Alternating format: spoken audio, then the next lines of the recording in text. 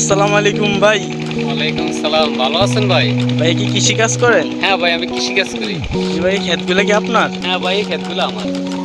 এবছর কয় ঘন্টা করছেন ক্ষেত?